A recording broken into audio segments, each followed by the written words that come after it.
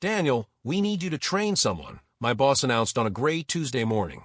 Patricia stood in my office doorway with that fake smile she always wore when delivering bad news.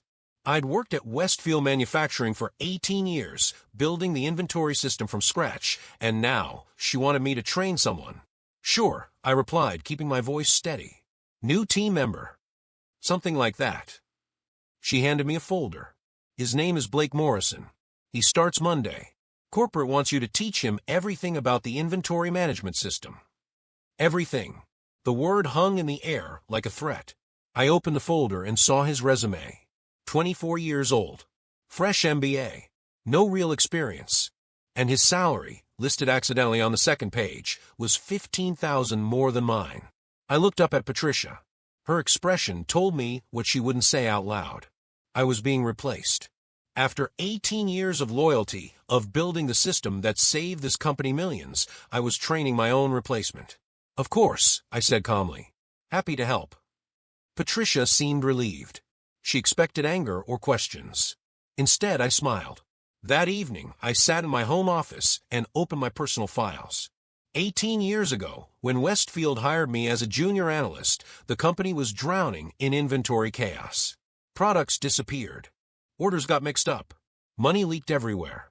I created the Westfield Inventory Management System, WIMS for short.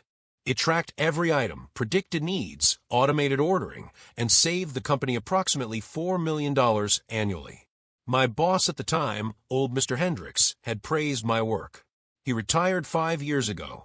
Patricia took over after him. She didn't understand technology. To her, WIMS was just the computer thing that Daniel does. She never bothered learning how it actually worked. Here's what Patricia didn't know. I built WIMS on my own time, using my personal laptop, before Westfield gave me the resources to implement it. I kept detailed journals, timestamps, and emails proving the development happened outside work hours. I also never signed over the intellectual property rights. When Mr. Hendricks asked me to document the system, I did, but I kept the core algorithms separate. Monday morning arrived with rain drumming against my office window. Blake showed up at 9 sharp, wearing an expensive suit and carrying a leather briefcase that probably cost more than my monthly car payment. Daniel, great to meet you, man. He extended his hand with the aggressive enthusiasm of someone who'd read too many business books. His handshake was firm, practiced, meant to establish dominance. Welcome to Westfield, I replied warmly. Ready to learn? Absolutely. Patricia says you're the guy who knows everything about the system here. He dropped into the chair across from my desk, spreading out like he already owned the place. I spent that first day showing him basic functions. How to log in. How to check inventory levels. Simple stuff. Blake nodded along, taking notes on his tablet, acting like he understood. This seems pretty straightforward, he announced after lunch. How long until I can run this solo? WIMS has layers, I explained patiently. We'll take it step by step. By Wednesday, Blake's true colors started showing. During a meeting, he interrupted me mid-sentence to suggest improvements to a system he barely understood. Patricia listened to him like he was a genius. We could probably automate this better, Blake announced, pointing at a screen he couldn't even read properly. That's already automated, I said quietly. That's what this section does. He laughed. Right. I meant like more automated. Patricia nodded thoughtfully, as if he'd said something profound. After the meeting, she pulled me aside. Daniel, I need you to speed up the training. Blake is very bright. He can handle more responsibility faster. I smiled. Of course. I'll adjust the schedule. That night, I made copies of everything. Every email where Patricia praised my work. Every document showing WIMS was my creation. Every piece of evidence that would matter later. I also started working on WIMS 2.0, the upgraded version I'd been developing at home. Week 2 brought new insults. Blake started arriving late, leaving early, and spending long periods networking in Patricia's office. Meanwhile, I was expected to work overtime to compensate for his absences. On Thursday, I overheard them talking in the break room. Honestly, Patricia, I think Daniel's been coasting for years, Blake said. This system is pretty basic. I could have built it in a few months. Really? Patricia sounded interested. Oh yeah. Once I'm fully trained, we could probably optimize his position out entirely. Save the company some money. My hand tightened around my coffee mug, but I didn't make a sound. I simply turned and walked away silently, my mind racing with cold calculations. That afternoon, I contacted my lawyer. Her name was Victoria Kane, and she specialized in intellectual property cases. "Tell me everything," she said. I did. By the end of our call, Victoria was practically laughing. "Daniel, they're walking into a trap of their own making." Week 3 was when Blake got cocky. He started taking credit for system improvements I'd implemented years ago. During a presentation to the regional managers, he confidently explained his ideas for inventory optimization, ideas I'd presented to him 3 days earlier. I sat in the back of the conference room, watching him steal my work in real time. The regional managers nodded, impressed. Patricia beamed with pride at her young star. Nobody mentioned my name once. After the presentation, Blake approached me. "Hey, thanks for the background info. Really helped me understand the big picture." "Anytime," I replied. He didn't notice the coldness in my voice. Or maybe he did and didn't care. That evening, Patricia called me into her office. She didn't ask me to sit. "Daniel, I'll be direct. The company is restructuring. Your position is being eliminated at the end of next month. Blake will assume your responsibilities." "I see," I said calmly. Patricia continued, clearly uncomfortable with my lack of reaction. "You'll receive 4 weeks severance, 1 week for every 4 years of service. We think that's more than fair." 4 weeks for 18 years. I almost laughed. "We need you to finalize Blake's training," she added. "Make sure he has complete access to everything. All passwords, all documentation, all system controls." "Complete access," I repeated. "Yes. We need a seamless transition." She finally met my eyes. "I know this is difficult, Daniel, but you understand this is just business." Just business. The words people use when they're doing something terrible but don't want to feel bad about it. "When exactly is my last day?" I asked. "December 18th. That gives you 4 weeks to wrap everything up." December 18th. I noted the date carefully. "I'll make sure Blake has everything he needs," I promised. Patricia looked relieved. "I knew you'd be professional about this." Over the next week, I became the model employee. I showed Blake every function, every shortcut, every detail of WIMS. I answered his questions patiently. I documented everything carefully. Blake grew more confident and more arrogant. He started wearing expensive watches and talking about his plans to revolutionize the inventory system. "Once you're gone, I'm going to streamline this whole operation," he told me casually. "No offense, but you've let it get pretty complicated." "None taken," I replied. What Blake didn't know, what nobody knew, was that WIMS had 2 parts. The front-end system that everyone saw and used, and the back-end algorithm that made everything actually work. The front end was Westfield's. I'd built it on company time, with company resources, after Mr. Hendricks approved the project. But the back-end algorithm? That was mine. I'd created it at home, on my personal computer, months before Westfield ever approved anything. The algorithm was the brain that made WIMS smart. With 2 weeks left, Patricia called an all-staff meeting. She stood at the front of the conference room, smiling that corporate smile. "I want to announce some exciting changes," she began. "As part of our commitment to innovation and efficiency, we're promoting Blake to Senior Inventory Manager." Applause filled the room. Blake stood and waved like he'd won an award. "Blake will be taking over full responsibility for our inventory management systems," Patricia continued. "We're confident he'll bring fresh perspectives and modern approaches to this critical function." She didn't mention me, didn't acknowledge 18 years of service. I simply didn't exist in her narrative. After the meeting, my colleague Andrew pulled me aside. He'd worked at Westfield almost as long as I had. "This is wrong," he whispered. "Everyone knows you built that system." "It's fine," I assured him. "It's not fine. You should fight this." I smiled. "Don't worry. Everything will work out." December 10th arrived with unexpected drama. The system crashed during the morning rush. Inventory screens went blank. Orders stopped processing. Phones started ringing off the hook. Blake panicked. He frantically clicked through screens, trying commands I'd taught him, getting nowhere. "Daniel," he shouted across the office. "What's happening?" I walked over calmly. "Looks like the backup server didn't sync properly. It happens sometimes." "Well, fix it." I typed a few commands, and everything restored within minutes. Blake exhaled with relief, trying to hide how terrified he'd been. "You need to show me how to do that," he demanded. "Sure. It's in Section 7 of the manual I gave you." He never read the manual. I knew he wouldn't. That afternoon, I had another meeting with Victoria. My lawyer had been busy. "Everything's ready," she confirmed. "Patent application filed. Copyright claims documented. Employment history verified. We have an airtight case." "And the timing?" She grinned.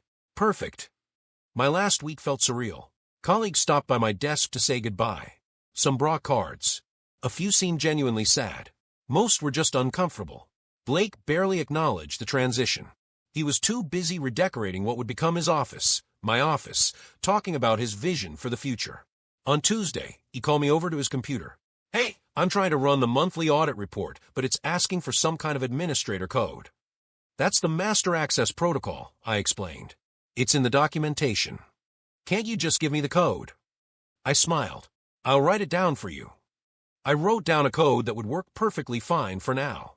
What Blake didn't understand was that the master access protocol wasn't just a password. It was connected to the back-end algorithm that I owned. On Wednesday, Patricia handed me a box for my personal items. "Just a reminder, Friday is your last day. Please make sure all company property is returned." "Of course," I replied. Thursday evening, I worked late, making my final preparations. I backed up all personal files from my computer. I deleted my personal bookmarks and saved passwords. I left the company directories and systems exactly as they should be. Then I did something else. Something Patricia had specifically requested. I gave Blake complete access to WIMS, the front-end system that Westfield owned. But the back-end algorithm, my algorithm, required a license key to function long-term. That license was set to expire on December 19th, one day after my employment ended. Without that algorithm, WIMS would still open. It would still display screens and accept inputs. But it wouldn't actually work properly. It would be like a car without an engine. It would look fine sitting there, but it wouldn't go anywhere. I'd left detailed instructions for renewing the license, of course. All Blake had to do was read the documentation, find the renewal section, and follow the steps. But Blake didn't read documentation.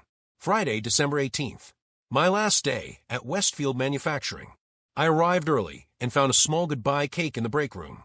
Some co-workers gathered around awkwardly.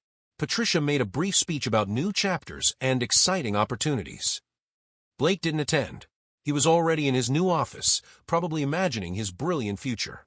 At 4 o'clock, I packed the last items for my desk. Andrew helped me carry boxes to my car. "This really sucks, Daniel," he said. "It's okay. Trust me. You seem way too calm about this." I loaded the final box into my trunk. Sometimes things work out in unexpected ways. I returned my badge to Patricia's office. She was on the phone and barely looked up as I placed it on her desk. No final goodbye. No thank you for 18 years. I walked out of Westfield Manufacturing for the last time, feeling lighter than I had in months. Saturday morning, I slept late. Sunday, I spent time with my family. Monday morning, December 21st, I made breakfast leisurely and checked my email around 10 o'clock. 14 missed calls from Westfield. 6 voicemails. 12 frantic emails. I smiled and took a sip of coffee before listening to the first message. "Daniel, it's Patricia. Please call me immediately. We're having system issues." Second message. "Daniel, this is urgent. The inventory system isn't functioning correctly. We need your help." Third message. "Daniel, I don't know what you did, but you need to fix this now. Call me back." The emails escalated from "please advise" to "urgent emergency" to "this is completely unacceptable." I forwarded everything to Victoria, then went for a walk. It was a beautiful winter morning. When I returned home an hour later, I had 23 new messages. I listened to them over lunch. Blake's voice panicked. "Daniel, please, the system is completely broken. Nothing's working right." By Tuesday afternoon, the situation at Westfield had apparently reached crisis level. Orders were being lost. Inventory counts were wrong. The entire operation was grinding to a halt. Patricia left a voicemail that was half threat, half plea. "Daniel, I strongly suggest you return our calls. You have a professional obligation to help resolve this situation. Legal action will be taken if necessary." Legal action. Perfect. I called Victoria. "They're threatening legal action."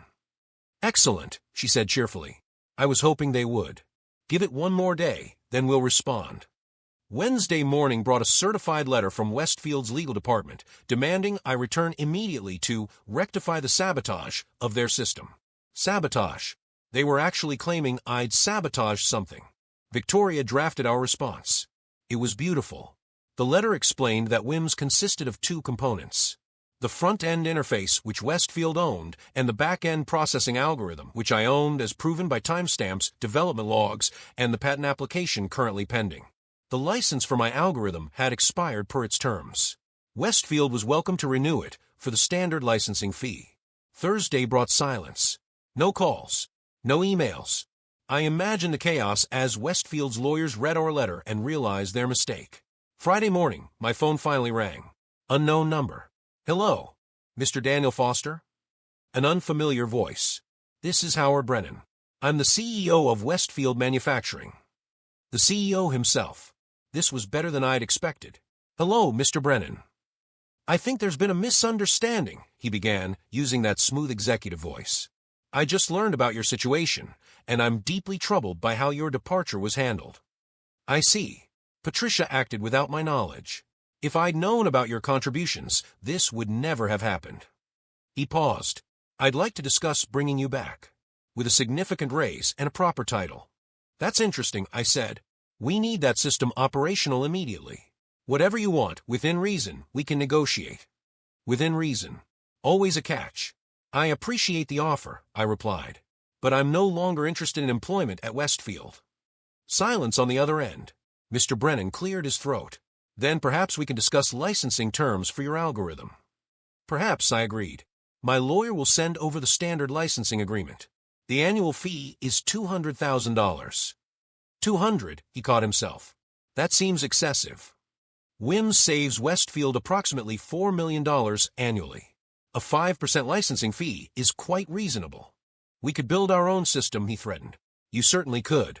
It would take approximately 2 years and cost roughly $3 million based on current development rates, plus the losses you'd incur during that time. More silence. I'll have our lawyers review your proposal, he finally said. Take your time, I replied. Though I should mention that Hartman Industries contacted me yesterday. They're very interested in implementing a similar system. That was true. Westfield's biggest competitor had somehow heard about the situation and reached out. Don't do anything hasty, Mr. Brennan said quickly. Let's talk again Monday. I hung up feeling satisfied. Over the weekend, Victoria called with updates. 3 companies have contacted us about licensing WIMS. Word is spreading fast. What about Westfield? Radio silence. But their stock dropped 2 points yesterday. Investors are nervous. Monday morning brought a new call from Mr. Brennan. His tone had changed completely. Daniel, let's be reasonable here. You work for Westfield. Surely we can work out something fair. I've offered something fair, I replied. $200,000 annually for the license. What if we paid you a settlement instead? Say $500,000 for full ownership of the algorithm. I almost laughed. Mr. Brennan, that algorithm generates $4 million in savings yearly. Why would I sell it for $500,000? Because otherwise we'll sue you for breach of contract and theft of company property. There it was. The real threat. You're welcome to try, I said calmly. My lawyer would love that, actually. It would establish precedent for intellectual property rights. Tuesday, Westfield filed a lawsuit. They claimed I'd stolen company property and sabotaged their systems. Victoria was thrilled. This is exactly what we wanted. Now we get to present evidence publicly. The case moved quickly. Westfield wanted emergency relief, claiming irreparable harm. The judge scheduled a hearing for the following week. During that week, I received calls from 3 more companies interested in licensing WIMS. The lawsuit had attracted attention, and people were following the case. Meanwhile, Westfield was hemorrhaging money. Without a functioning inventory system, they were making costly mistakes daily. Their stock continued dropping. Andrew texted me. Blake got fired. Patricia is apparently on thin ice. Everything's chaos here. I felt a small satisfaction reading that. Blake had been so confident, so arrogant. Now he was gone, and I was about to prove my worth publicly. The hearing arrived on a cold January morning. The courtroom was smaller than I expected. Westfield's lawyers sat at one table, expensive suits and leather briefcases. Victoria and I sat at another. The judge reviewed the preliminary materials. This is an intellectual property dispute regarding an inventory management system. Westfield claims ownership. Mr. Foster claims he developed the core algorithm independently. Is that correct? Yes, Your Honor, Victoria said. Westfield's lead attorney stood.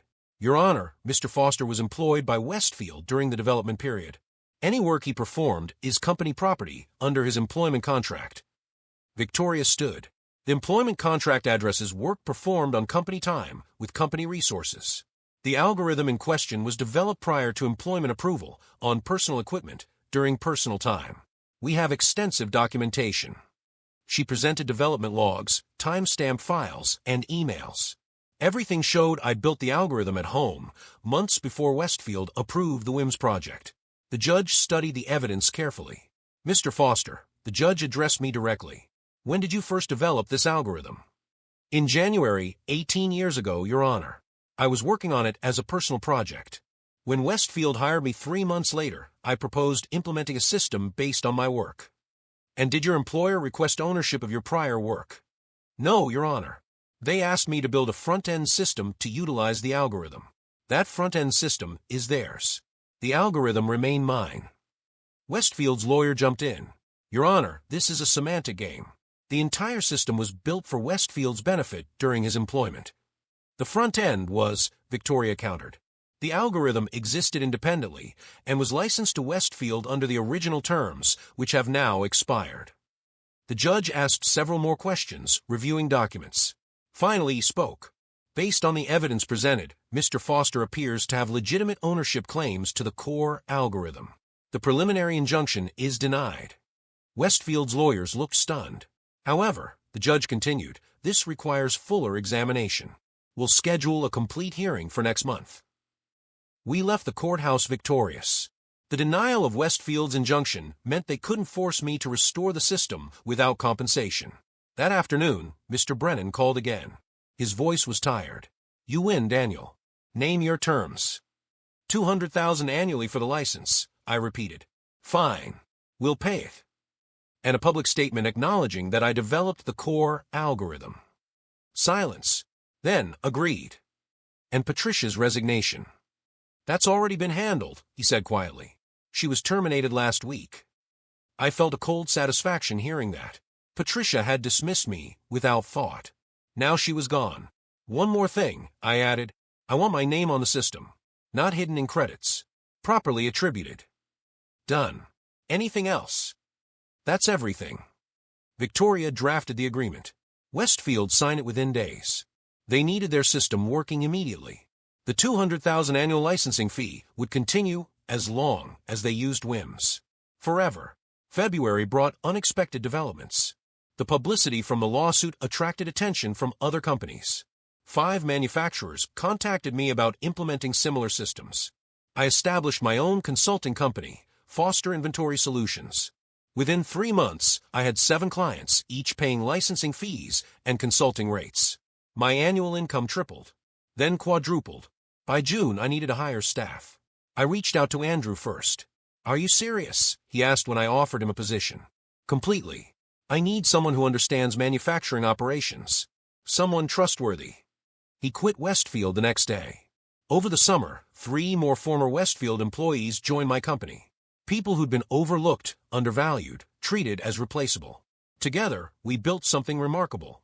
Foster Inventory Solutions became the premier provider of inventory management systems for mid-sized manufacturers. In September, I received an email from an unexpected source. The email was from Blake. Subject line, apology.